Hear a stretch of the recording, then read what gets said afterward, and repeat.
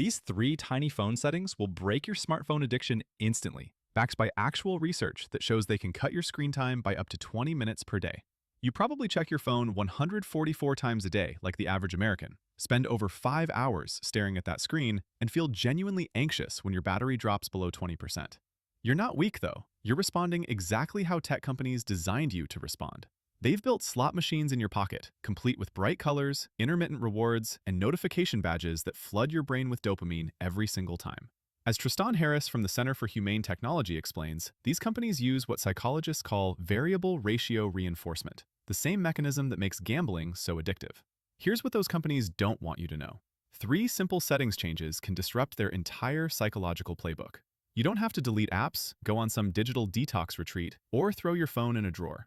These are micro adjustments that work with your brain's natural wiring instead of against it. Setting number 1 is Grayscale Mode. This is the nuclear option for smartphone addiction, and it works because it attacks the root of the problem: color. Tech companies spend millions on the perfect shade of red for notification badges because red is the most physiologically arousing color. That bright blue of Facebook, the orange of Instagram's heart, these aren't accidents. They're weapons designed to grab and hold your attention. Grayscale Mode strips all of that away. When University of Amsterdam researcher Cynthia Decker studied this in her mobile media and communication research, she discovered something incredible.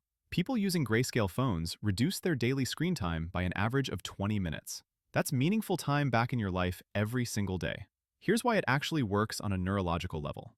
Your brain releases dopamine when it sees something rewarding, like those colorful app icons that promise entertainment, social connection, or information. Remove the color, and suddenly your phone becomes visually boring. Your brain stops getting those little hits of excitement just from looking at your home screen. The research shows that people don't actually pick up their phones less often when using Grayscale. Those deep checking habits are too ingrained. But when they do pick it up, they put it down faster because scrolling through gray Instagram or gray TikTok just isn't as compelling. To enable this on iPhone, go to Settings, Accessibility, Display and Text Size, Color Filters, then turn on Grayscale. The pro move is setting up the accessibility shortcut so you can triple-click your side button to toggle between color and grayscale. That way you can keep it boring by default, but switch to color when you actually need it for photos or navigation. Setting number 2 is disabling all non-essential notifications to combat notification fatigue. Here's something that'll blow your mind. When your phone buzzes, your brain literally interprets that as an emergency. It releases stress hormones like cortisol and puts you in a state of high alert. You know that feeling when you hear someone else's notification sound and you instinctively check your own phone? That's your nervous system being hijacked. Professor Gloria Mark's research in her book Attention Span shows that our average focus time has dropped from 75 seconds in 2012 to just 47 seconds today.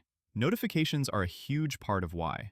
Even if you don't check your phone when it buzzes, just hearing that sound erases the last 90 seconds of whatever you were learning or focusing on. Your brain has to completely restart the process of concentration.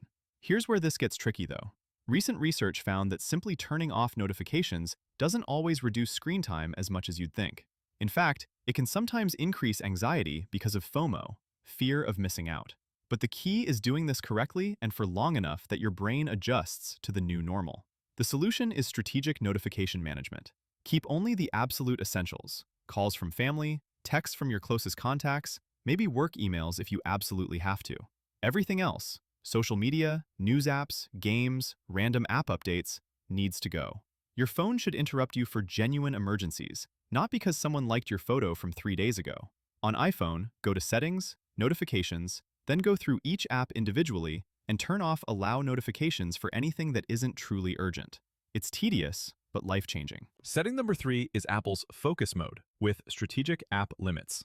Apple introduced Focus Mode in 2021, and it's way more powerful than most people realize. This isn't just a fancy Do Not Disturb, it's a way to create different versions of your phone for different parts of your life, similar to Cal Newport's digital minimalism principles. Create a work focus that only allows productivity apps and work contacts to reach you. Set up a sleep focus that automatically turns on grayscale, dims your screen, and blocks everything except emergency calls. You can even enable bedtime mode features for wind-down routines. Make a personal time focus for weekends that hides work apps entirely. Here's the psychological genius of Focus Mode. It removes decision-making from the equation. When your sleep focus turns on at 9 p.m., you're not wrestling with willpower about whether to check Instagram. Instagram literally isn't there. Your brain can't crave what it can't see. The automation features are where this gets really powerful. You can set focus mode to activate based on location, time of day, or what app you're using. Imagine your phone automatically going into focus mode when you arrive at the gym, blocking everything except music and your workout app. Traditional Apple screen time limits often backfire because they can actually encourage you to use apps up to the limit. But focus mode is different because it removes apps entirely rather than just warning you about time spent. To set this up on iPhone, swipe down from the top right corner to open Control Center. Tap Focus, then create custom focuses for your different life contexts. Here's what makes these three settings so effective. They add what researchers call design friction to your phone use. According to research by Zimmerman and Sobolev on digital intervention design, friction-based approaches are significantly more effective than hard lockouts. Instead of completely locking you out, which just makes you want to use your phone more, they make your phone slightly less immediately gratifying. When there's a small mismatch between what you expect to happen and what actually happens, like seeing gray instead of color, or not getting that dopamine hit from a notification, your brain becomes more aware of what you're doing. The beauty is that these settings work with your psychology, not against it. You're not relying on willpower or motivation, which are finite resources. You're changing the environment to make the healthy choice the easier choice. Your phone will never stop trying to capture and monetize your attention, but now you have the tools to take that attention back. These three settings turn your phone from a slot machine back into a tool, one that serves you instead of the other way around. Try implementing just one of these settings today and notice how different your relationship with your phone feels within 24 hours. Your future self will thank you for those 20 minutes of life you're about to get back.